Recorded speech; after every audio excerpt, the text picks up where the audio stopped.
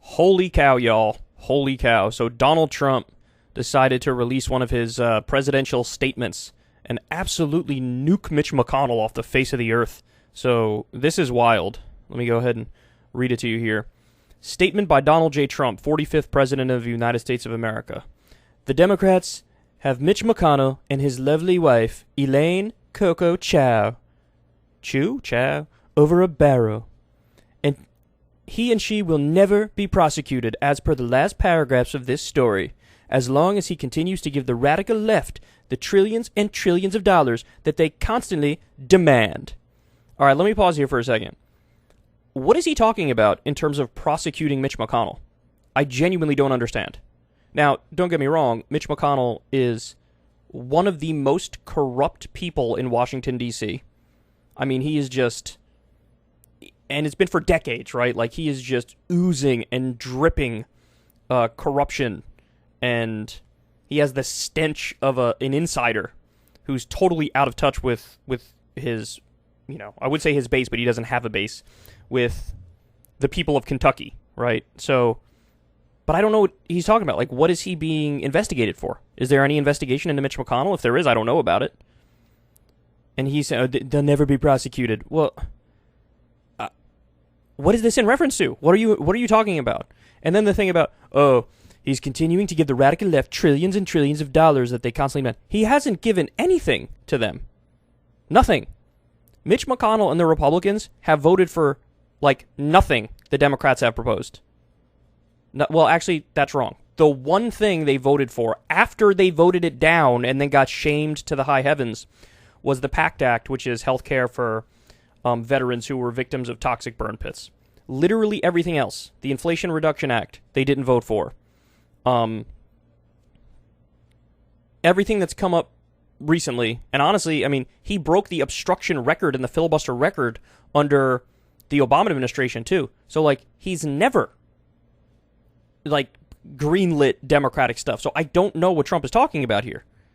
This idea that Mitch McConnell's, working with the left, that's preposterous. It's beyond absurd.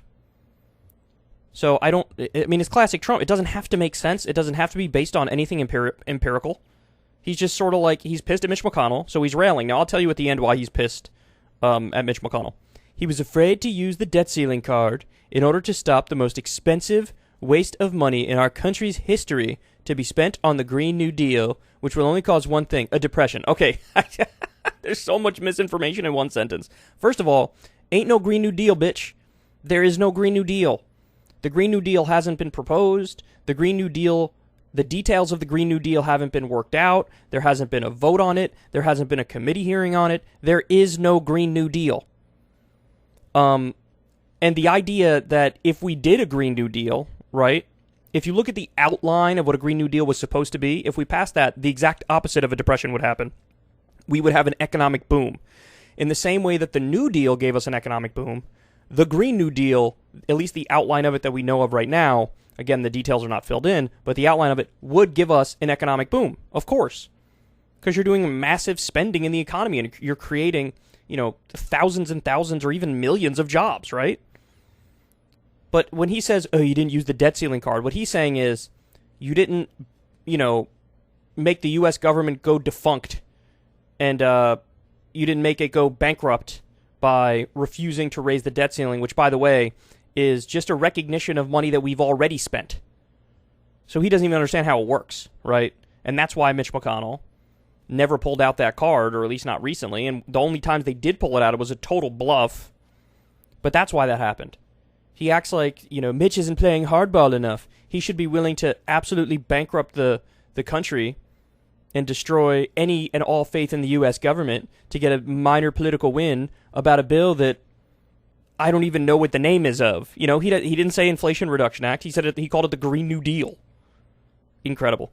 These expenditures are something our country can never recover from. God, he's so stupid.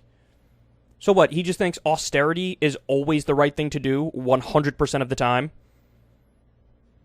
All the time, austerity is the right thing to do. I mean, he oversaw one of the, the original, COVID package, which is the opposite of austerity.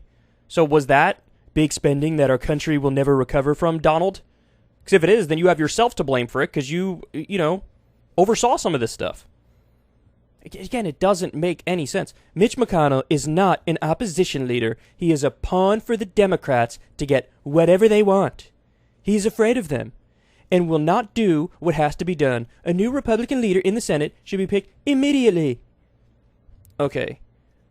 I mean, there's so much delusion and misinformation in one statement that it genuinely was hard to break it down. Because, like, every other word is like, fuck, you gotta correct that, you gotta correct this, you gotta correct that. But look, the main point here is a very simple one. So, let me show you. Let me show you who Mitch McConnell really is. Because we have it right here. This is 538. They track the votes of all the politicians in the age of Trump. Mitch McConnell's score is 91.4%.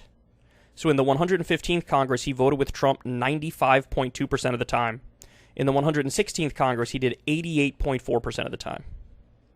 So the career average is 91.4% of the time. That's how often he votes with Trump. Now, take this reality and compare it to how Trump is treating Mitch McConnell. So then the question arises, well, why is he so mad? Why is he doing this? Well, it's very simple. Mitch McConnell was asked recently about, what the prospects were for Republicans in the upcoming midterm elections, and he basically said, look, a lot of it's going to come down to candidate quality, which is like, hey, we think we're going to win the Senate, not sure we're going to win the House, it's all going to come down to candidate quality, which is his way of saying, some of these motherfuckers who are on Trump's nuts 24/7 are absolutely insane. They're psychotic, and they're unappealing in any sort of general election, and so they might lose to generic Democrats.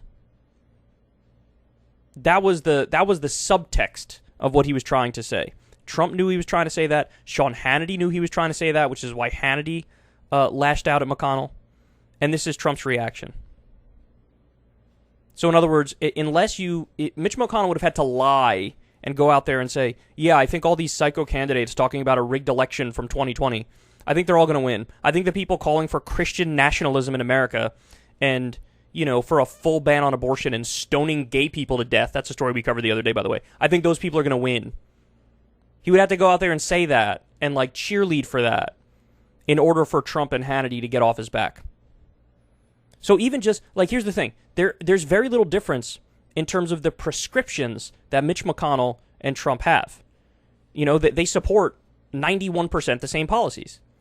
But the anger here from Trump against McConnell is in the descriptive angle of this. So all Mitch McConnell has to do is lightly and mildly and softly say, yeah, we might not win the House because a lot of these people are unappealing, and Trump loses it. And by the way, Trump's reaction sort of verifies what Mitch McConnell is believing. But anyway, look, it's like that GIF I saw floating around Twitter a long time ago, let him fight, bro. Yeah, go ahead. Let him fight, because it's a beautiful thing to see. We are used to infighting, ruthless, vicious, over-the-top infighting on the left. We're used to that. We see that all the time. But now we're seeing it on the right, and it's glorious. And the difference is, most of the time on the left, there's vicious infighting. It does come down to policy, to the credit of the left. There'll be some big blow-up over specific policy or specific strategy around policy.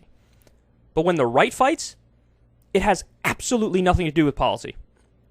It's like people's fifis get hurt, and there's a disagreement on how big of a cheerleader you are, and it's a difference of a point of fact in empirical reality where one person is just right and the other one's wrong, but they still fight over it.